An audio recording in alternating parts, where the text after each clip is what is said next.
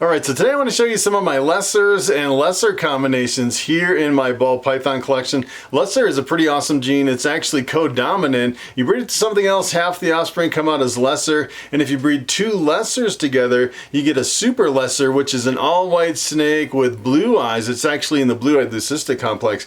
And I have quite a few lessers here in my collection, and the lesser is essentially, I would say it's the king of the white snakes. If you're trying to make blue-eyed leucistics, you can take a lesser and breed it with anything in the blue-eyed leucistic complex and end up with an all-white snake with blue eyes. So I'm just going to start pulling out some lessers and lesser combinations and show you some of the really awesome lessers I have here in my collection.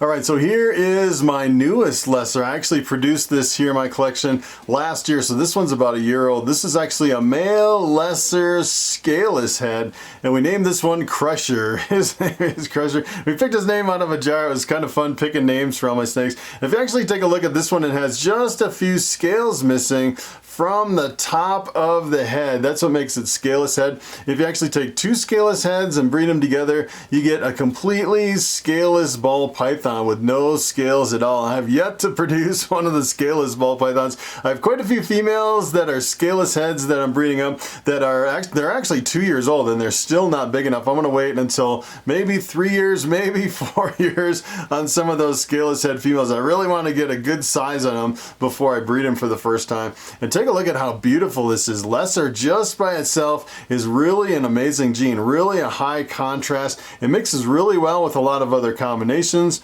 and you know, it makes some really impressive blue-eyed leucistics. And kind of the thing you have to watch with lesser if you're making blue-eyed leucistics is if you breed a lesser to a lesser, a lot of times people will say the super lesser kind of has bug eyes. It'll have bigger eyes than normal. So if you're actually trying to kind of go for the ultimate blue-eyed leucistic with the perfect eyes, you actually want to breed lesser to something else in the blue-eyed leucistic complex. Although you can do the super lesser and get the slightly bigger eyes in most cases. I've actually seen some super lessers that don't have the really big bug eyes. I'd say in a lot of cases you actually get it, and it doesn't really hurt the snake, and some people, they actually like the bigger kind of alien bug eyes on some of them. And it's kind of weird. You can actually make some blue-eyed leucistics, the all-white snake with the blue eyes that have micro eyes, really small eyes in some cases, and it really depends on the genes in the snake. But this is a really amazing project, and essentially what I'm going to do is I'm going to breed this to,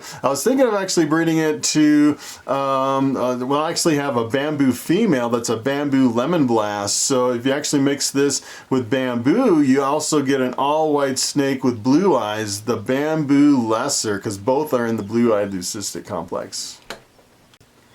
Alright, so take a look at this girl. This is a lesser female. This is a full-size adult. And look at how they kind of brown out. They're super bright as young hatchlings, and they brown out quite a bit as they get older. And this girl, she actually laid a bunch of eggs. It was the year before last she laid, and then I gave her this year off. So she actually laid really late in the season. And then this year, she's been kind of a picky eater, kind of every now and then, maybe, you know, maybe twice or 3 times a month. Not that regular as a feeder, but she's looking pretty good. I'm thinking maybe of breeding her this year. She's got some pretty good body condition, and I'm thinking maybe the breeding cycle, if I put a male in there with her, sometimes that'll actually stimulate the feeding process before they go into the really long fast. So I'm gonna actually try to breed a lot more snakes this year, hoping that pairing them up with the males will actually stimulate the feeding response. But this is, it's pretty amazing how they kind of fade out like this.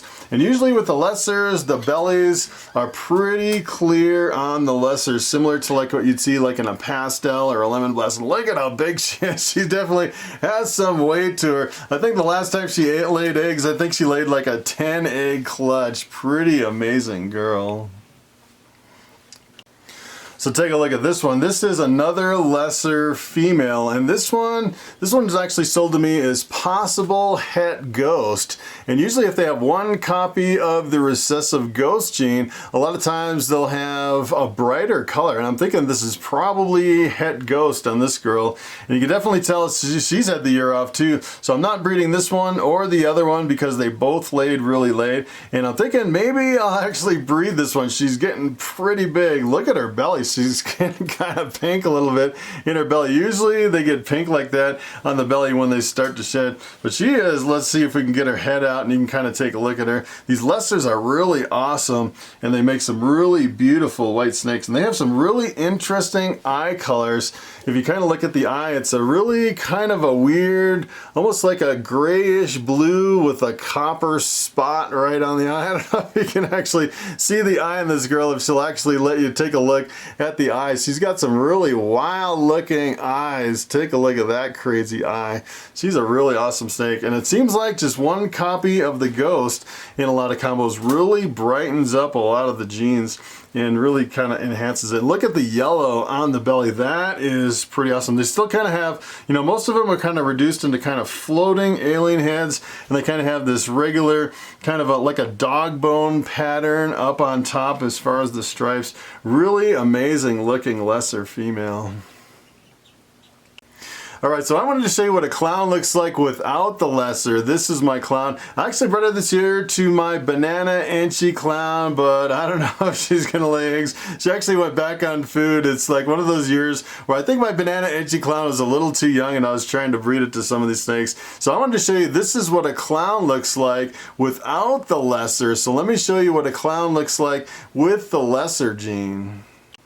So this is what a lesser clown looks like, and this one, let me tell you, this went through a really huge transformation from when it was a young snake all the way to an adult. When it was young, it was like super bright and it had a lot of yellows and high contrast, and now as it aged and matured, it really faded out. Pretty amazing transformation from when it was younger. And these lesser clowns are really amazing when they're small, and then they grow up and it's kind of interesting, they kind of fade out. And this one has some interesting patterns on the side. It's almost like faded out to where you can't even see the patterns hardly on the side. It's almost like a patternless snake. Pretty amazing difference. And this one I also bred to my banana Enchi clown. I don't think this one's going to go either, but it's always nice. I really want to beef up my clown collection. You know, I'm probably going to hold back a lot of my clowns and a lot of my desert ghost stuff that I'm really working on, trying to get those kind of beefed up in my collection. Let me tell you, when they don't breed and you're kind of waiting on hatchlings for years and years, sometimes it could be pretty frustrating waiting on these crazy snakes. Alright, just for size comparison, look at Bobby. Look at how big Bobby is. He is a really big snake. He is a monster. This is my bamboo. I want to show you what a bamboo looks like before you add lesser and after lesser. As a matter of fact, Bobby, if he was a female, he'd definitely be big enough to breed. And that's kind of the advantage of having a male as a pet. You're not tempted to breed him. You know, I don't feel like, you know, I'm losing anything by just keeping this snake as a pet. He is a really awesome bamboo. Alright, so take a look at this snake. This is, believe it or not, this is actually Bobby's offspring. This is one of his offspring. I actually bred Bobby to one of those big lesser females and got one snake here. Actually, I got a couple of them. I sold all of them, just kept this one. This is a bamboo lesser. One part bamboo, one part lesser, and it's actually an allelic complex. So if I breed this to something else, half the offspring come out as bamboo, half come out as lesser. Pretty powerful combination. As a matter of fact, if I actually bred this to, the problem is if I bred this to a lesser, then I'd actually get 50%, I think half the snakes would come out as being blue-eyed leucistics, but the problem is you wouldn't know if those were super bamboos or if they're super lessers. So when you're working with the white snake, sometimes it can get pretty confusing, and you'd have to actually breed them to figure out which is which, if it's actually a super bamboo or a bamboo lesser. It gets a little bit confusing sometimes, especially, you know, if you don't know what the genes are and you blue-eyed leucistic and you breed it with another blue-eyed leucistic, sometimes you can get all completely white snakes, which I've seen before, and a lot of people don't even know the genes in their blue-eyed leucistics because they don't know the genes of the original pairing. That can get kind of crazy. But I'd say most breeders, they know which genes are in there and what possibilities that you get when you're breeding them. And this one kind of has some interesting eyes. It seems like the eyes on this one are maybe slightly smaller than a regular ball python. Sometimes you can get bigger eyes, like a bug eye, and sometimes you can get micro eyes. And this one kind of has, well, I guess they're pretty normal looking eyes. Not too bad for a blue-eyed leucistic. And look at how shiny the belly is. That it's almost like, it's not really like slimy, it's just super smooth like glass. It is really wild. This is one of my wildest snakes. Alright, speaking of big snakes, take a look at this big old girl. This is my big female pied. Just two copies of the recessive pieds.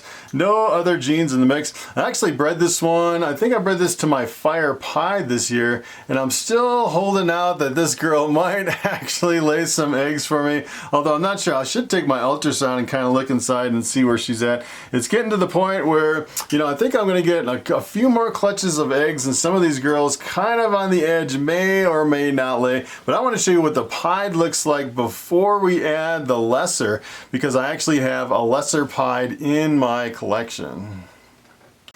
Alright, so take a look at this snake. This is what happens when you mix lesser with the pied. You get an all-white snake, which I thought was kind of unusual. And it seems like every single time you work lesser into the pied, you get an all-white snake. And kind of the weird thing about this is this snake also has blue eyes. It looks like a blue-eyed leucistic, but technically it's not a blue-eyed leucistic because it only has one copy of the lesser, two copies of the recessive pied. And this is probably, I'd say this is probably the brightest white blue-eyed leucistic that you can get. Essentially what it is, it's a completely white and patternless pied. So the white that you're seeing is actually from the pied, and essentially what the lesser is doing, it's kind of pushing it all to the head, almost like, kind of like a spider pied white wedding, which is like a completely patternless pied. And kind of the other weird thing about this is this also has bright blue eyes. So you might be tricked into thinking that this is a blue-eyed leucistic because it's an all-white snake with bright blue eyes,